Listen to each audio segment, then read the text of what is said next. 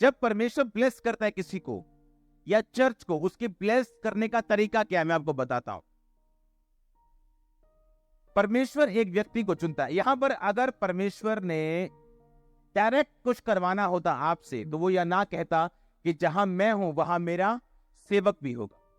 वो सेवक का नाम नहीं लेता, वो अपना नाम लेता, क्योंकि उसने आप लोगों को बीच में रखा है। आप समझ रहे मेरी बात को? उसने कहा जहां मैं हूं वहां मेरा सेवक होगा, जो मेरी सेवा करेगा और मेरा पिता उसका आदर करेगा। परमेश्वर का ब्लेस करने का तरीका क्या है? वो एक व्यक्ति को खड़ा करता है। कबूतर जा रहे हैं, पवित्र आत्मा की निशानी। सुनो, वो कैसे ब्लेस करता है? परमेश्वर ने मूसा को एक दर्शन दिया और मूसा को बोला तू इन लोगों को ये बात बताएगा और ये तुझे फॉलो करेंगे। मैं तुझसे बात करता जाऊंगा और तुझे फॉलो करते जाएंगे और ब्लेस होते जाएंगे। पौलुस को कहा मैं तुझसे काम लूंगा, अन्य जातियों के अंदर मैं तुझसे काम लूंगा और बहुत लोग तेरे द्वारा बचाए जाएंगे, तेरे द्वारा कलीसिया स्थापित होंगी। बाइबल कहती पौलुस जब ये दर्शन अपने कलीसिया को बताता था कि परमेश्वर ने मुझे कलीसियाएं स्थापित करने के लिए चुना है। अगर तुम्हें लगता है कि कलीसियाएं मेरे फाइनेंशियल बेनिफिट के लिए है, इसीलिए मैं तुम लोगों से तनख्वाह नहीं लूंगा, हालेलुया, इसलिए मैं अपना काम खुद करूंगा, लेकिन तुम्हारा पैसा मैं चैरिटी में यूज करूंगा और परमेश्वर के कामों में यूज करूंगा, ताकि लोग ये ना कहने पाए कि मैं अधिक चर्चे बना रहा हूं क्योंकि मुझे अधिक पैसा चाहिए। और बाइबल कहती, अगर आप ध्यान से पौलुस की पत्रियों को पढ़ेंगे तो बाइबल कहती है कि पौलुस ने बार बार कुछ कलीसियाओं का जिक्र किया कि तुमने इस काम को करने में, परमेश्वर के सुसमाचार को फैलाने में मेरा साथ दिया है। अब मेरा परमेश्वर तुम्हारी हर घटी को महिमा सहित मसीह यीशु में पूरा करेगा। यह वचन सब लोगों के लिए नहीं था, यह वचन उस कलीसिया के लिए था जिस कलीसिया ने पौलुस के विजन में उसका साथ दिया था। आमीन। लोगों का ब्लेस कैसे कर सकते? लोग कैसे ब्लेस हो सकते हैं? जो दर्शन परमेश्वर ने आपके अगुवे को दिया है, उस दर्शन में साथ शामिल हो जाओ, आपकी ब्लेसिंग दूसरों से कहीं अधिक होगी। मैं आपको एक बात बता देता हूं, जिस काम के लिए आप चुने नहीं गए उसके लिए आप रो लो, आप पीट लो, आप प्रभु को बोल लो, आप रोजे रख लो और रोजे रख रख के सूख जाओ, मर जाओ, आप वो काम नहीं कर सकते।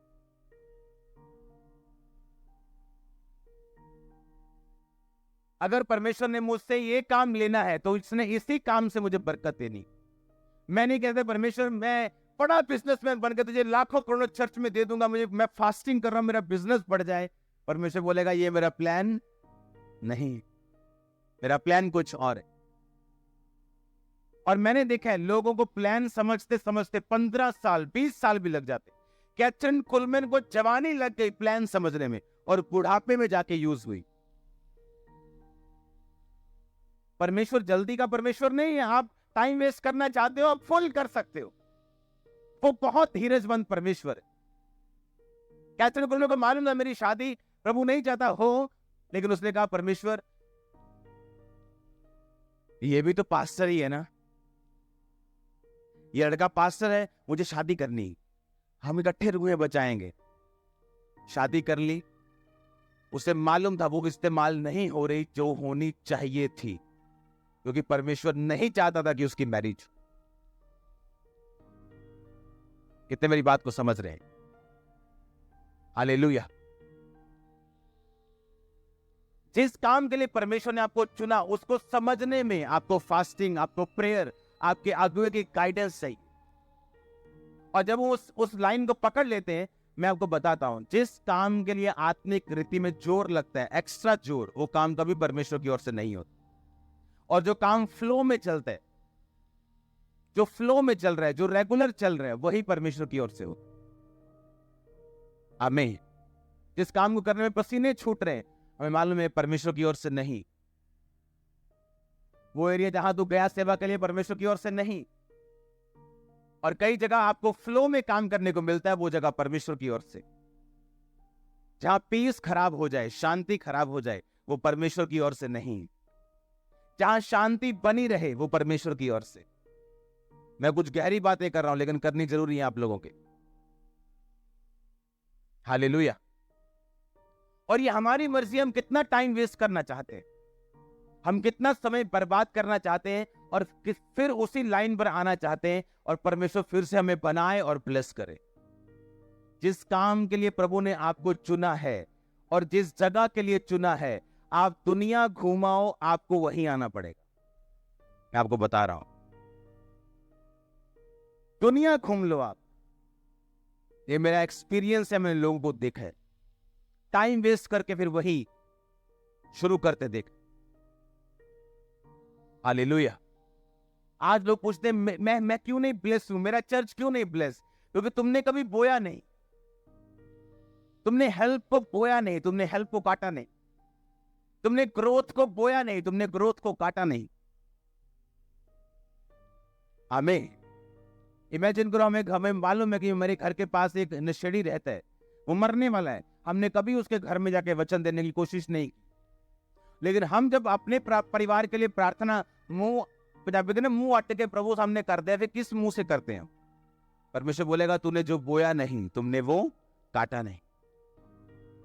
पुराने नियम में लिखा, जब एक लाश किसी को मिलेगी तो सबसे करीब जो जीवित इंसान होगा उससे पूछा जाएगा कि ये लाश कैसे है, ये मरा कैसे, और जो सबसे जीवित इंसान उस लाश के पास मिलेगा उससे उसका बदला लिया जाएगा, उससे हिसाब मांगा जाए। आत्मिक लाशें देख लो आपके पास कितनी होंगी, आपके मोहल्ले में, आपके नगर में, आपके रिश्तेदारों में भी आत्मिक रीति से मरे हुए कितने लोग हैं, और उनका लेखा किन से लिया जाएगा? अगर हम ये बात समझ लें कि हमें परमेश्वर के राज्य के लिए थोड़े वर्दी होना है, थोड़े कीमती होना है, परमेश्वर के राज्य में कीमती होना है हम, इसलिए कलीसिया में अमीर भी हैं, गरीब भी हैं, टॉप वाले भी हैं, टॉप बॉटम वाले भी हैं, नीचे के भी हैं, ऊपर के भी हैं, क्योंकि परमेश्वर को सबको बचाना है, ऊपर कोई ऊपर नीचे नहीं। समझ रहे हो क्या? नहीं, ऊपर कोई जात पात नहीं, ऊपर कोई बॉस, कोई एम्प्लॉय नहीं, ऊपर सब सेम है, यहां के हिसाब से वहां हिसाब चलेगा। तो परमेश्वर को सबको बचाना है, तो सभी लोग चर्च में है, तो ये सब लोग समझ लो कि तुमने अपने साथियों को कितना बचाया है। ये कल आप परमेश्वर को बोलो, परमेश्वर ये बीमारी मुझे क्यों? तो परमेश्वर बोलेगा, काश तू मेरे राज्य के लिए कीमती होता तो मैं तुझे बचा के रखता।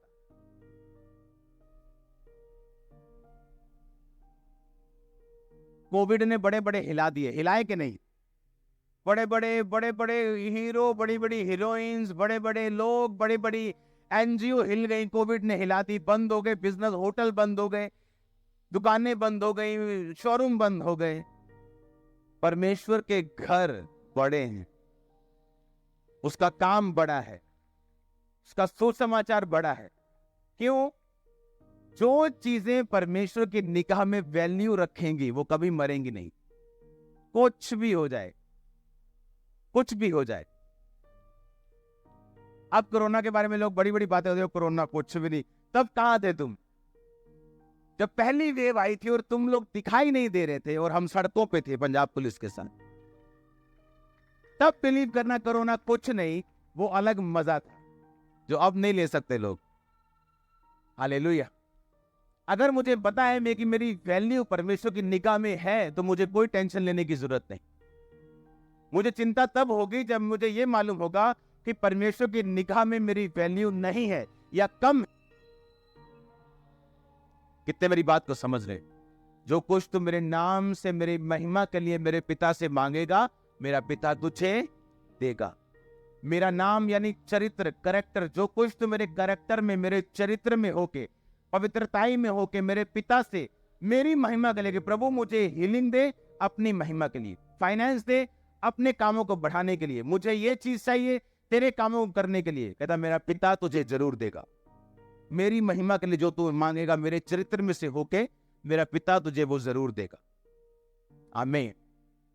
जो कोई मेरी सेवा करेगा, मेरा पिता उसका आदर करेगा। फिर आप देखो, अभी भी अपनी वैल्यू देखो, और सेवा के बाद, सुसमाचार देने के बाद, परमेश्वर के कामों में हिस्सा डालने के बाद, अमेरिका के, दुनिया के जो 90% इवेंजलिस्ट हैं, वो एक समय था अमेरिका में से निकले। आज भी दुनिया के 90% के करीब इवेंजलिस्ट कहां से निकलते हैं? अमेरिका से। और अगर आप उन इवेंजलिस्ट को देखेंगे, उनमें से कोई शराबी था, कोई पापी था, कोई कुछ था, कोई गैंगस्टर था, किसी को टैटू बड़े बड़े शरीर पे है, आप उनको देखो, सभी जो बिजनेसमैन लोग हैं, अमेरिकन बिजनेसमैन, उनको सपोर्ट करते हैं उस मिनिस्ट्रीज को। और इमेजिन करो कि उनके बिजनेस कभी डाउन नहीं हुए और परमेश्वर ने पूरी दुनिया में उनके द्वारा सुसमाचार फैलाया। हालेलुया। अगर आप आज इंडिया में देखो, परमेश्वर फाइनेंशियली अपने लोगों को ब्लेस कर रहा है। अगर चाइना में देखोगे, चाइना सबसे सीक्रेट कंट्री है दुनिया की, और चाइना में 2030 तक यूएसए से भी ज्यादा क्रिश्चियंस होंगे। चाइना में यूएसए से ज्यादा है, अमेरिका से ज्यादा। चाइना में परमेश्वर लोगों को फाइनेंशियल ब्लेस कर रहा है। पता है क्यों? वो चर्चिस को सपोर्ट कर रहे हैं। हर बंदा प्रीच करने के लिए नहीं चुना गया, वो सपोर्ट कर रहे हैं चर्चिस को फाइनेंस से, वो इवेंजलिज्म कर रहे हैं आगे के आगे के आगे के आगे। क्योंकि परमेश्वर का ये तरीका है, वो अपने एक सेवक को खड़ा करता है, उसे अपना विजन देता है, वो लोगों को वो विजन बताता है। जो लोग उस विजन के साथ प्रार्थना में, उपवास में, या शारीरिक सेवा के साथ, उसके शारीरिक साथ के साथ, आत्मिक साथ के साथ, फाइनेंशियल साथ के साथ, किसी भी साथ के साथ जब खड़े हो जाते हैं, ऑटोमेटिकली ब्लेसिंग आपकी लाइफ के ऊपर उड़ेली जाती है स्वर्ग से ऑटोमेटिकली।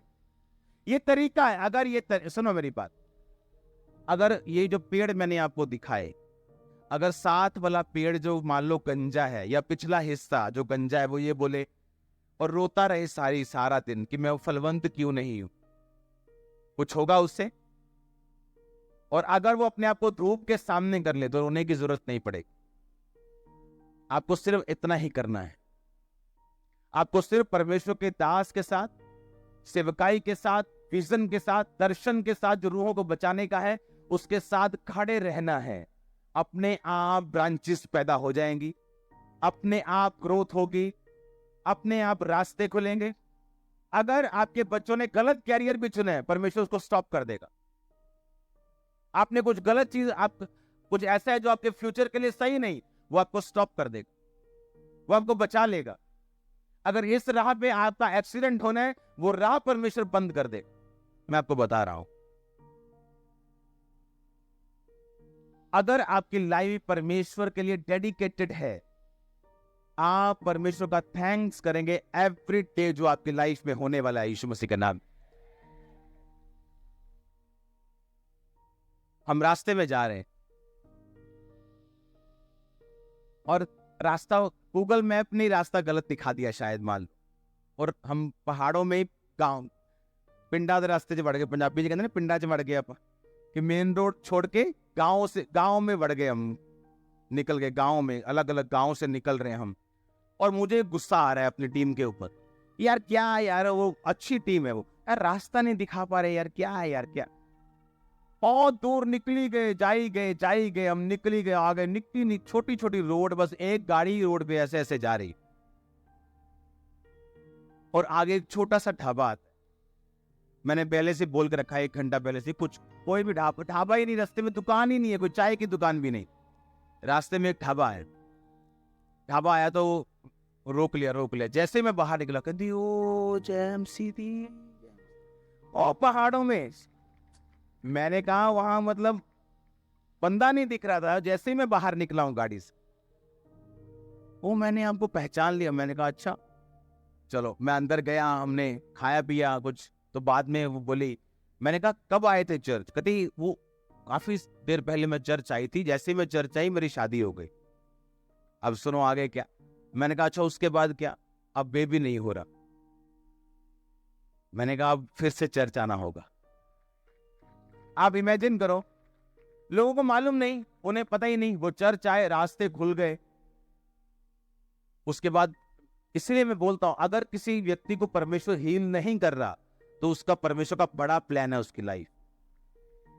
नहीं तो अगर मैं आपके सामने जो रोज प्रीच करता हूं, अगर मुझे हीलिंग मिल जाती अपने मसीह जीवन के पहले साल में, मैं कभी सेवा नहीं करता। परमेश्वर को मेरा दिमाग मालूम था इसको कैसे सेट करना है। इमेजिन करो, पहाड़ों में, पहाड़ों के गांव के अंदर एक दुकान छोटी सी, मैं निकला हूं तो लेडी मुझे पहचानती, कहती अब मैं चर्च आऊं। देखो सुनो, जब आप परमेश्वर के लिए डेडिकेटेड होते हैं ना, आप घूमने भी जाएंगे, वहां भी वो आपको यूज कर लेगा।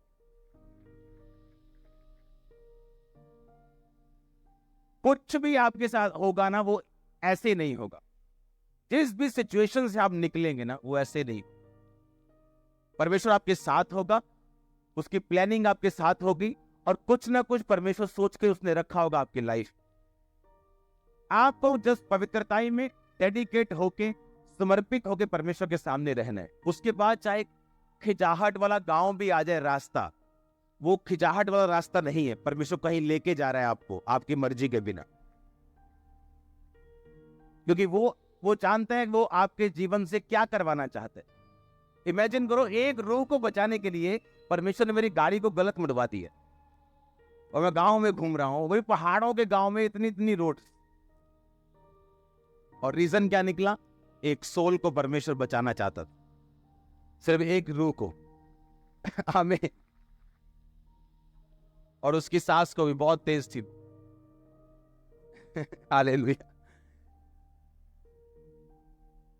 इमेजिन करो, परमेश्वर के रास्ते में जब परमेश्वर के लिए हम डेडिकेटेड होते हैं, समर्पित होते हैं, वो कहां कहां आपको यूज करते हैं। और जितना आप उसकी निगाह में वैल्यू रखते हैं, उतना वो आपको बचा के रखेगा। बस ये हिसाब लगा लो। मैं आपको लिख के देता हूं, ये सोच के रखो कि आपके पास चाहे आपका बेस्ट परिवार हो, आपके बच्चे हो, आपका पति हो, आपकी पत्नी हो, लेकिन उनमें से कभी भी बेस्ट नहीं निकलेगा जब तक आप परमेश्वर को अपना बेस्ट नहीं देंगे। आप समझ रहे मेरी बात को? अगर उनमें से बेस्ट लेना है, आपको अपना बेस्ट परमेश्वर को देना है। हालेलुया। मैंने लोगों को देखा कि प्रार्थनाएं करते हुए, परमेश्वर मेरी सेवकाई क्यों नहीं बढ़ रही? क्योंकि तूने जो बीज चाहिए था वो बोया नहीं। जैसा तुम बोना काटना चाहते हो। जब मैं अफ्रीका से वापस आता था तो मैं डिक्लेयर करता कि अब देखना चर्च डबल हो जाएगी, अब देखना हम बड़े बड़े काम करेंगे। लोग ऐसे कैसे, क्या करके आए हो, जादू करके आए हो क्या?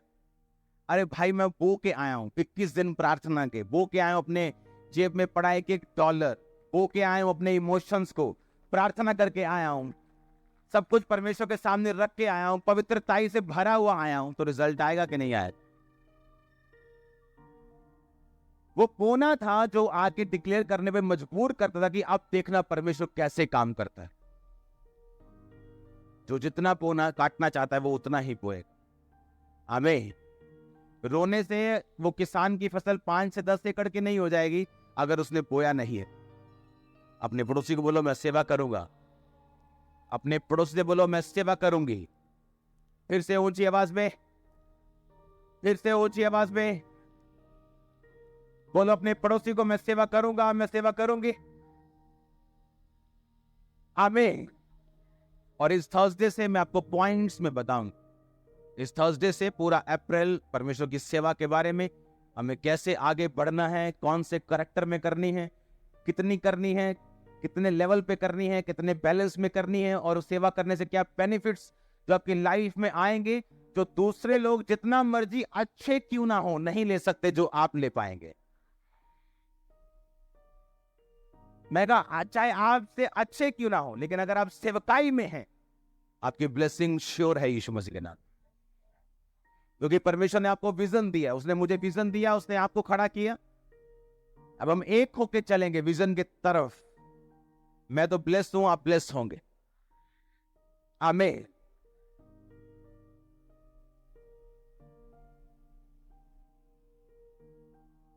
मैंने लोगों को बोला कि मैं आज भी चर्च से तनख्वाह नहीं लेता हूं।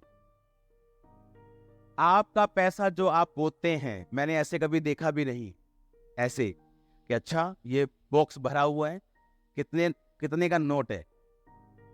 मैं आपका पैसा जो आप बोते हैं, मैं देखता नहीं हूं उसको। टीम गिनती है, नोट करती है, सीए की टीम बैठी है, 2 सीए बैठे हैं, अकाउंटेंट्स बैठे हैं, खर्चने की टीम बैठी है, चेक करने की टीम बैठी है, दूसरी टीम बैठी है, साइन मैं करता हूं। ये वाली टाइल लेनी है जी, 1 लाख की साइन कर दो। ये सरिया लेना है 70 लाख का, साइन कर दो। सरिये का रेट टीमें सिलेक्ट करती है, टीमें जांचती हैं, परखती हैं, एक एक रुपया कैसे बचाना है वो चेक होता है। आपका पैसा इस तरह से खर्च होता है। एक एक रुपया चेक होके खर्च होता है कि किसी ने कमीशन तो नहीं ली, किसी ने मिस यूज तो नहीं किया, किसी ने खराब तो नहीं किया। और इसीलिए परमेश्वर ने इस सेवकाई के ऊपर बिलीव किया है। हम इतना पढ़े हैं, इतना पढ़े हैं, इन लोगों को बेचारों को टेंशन हो गई कईयों को, हम इतना पढ़े। जल्दी आपको अमृतसर की न्यूज देंगे, जल्दी जल्दी से। हालेलुया, बड़ी न्यूज देंगे आप। आमीन।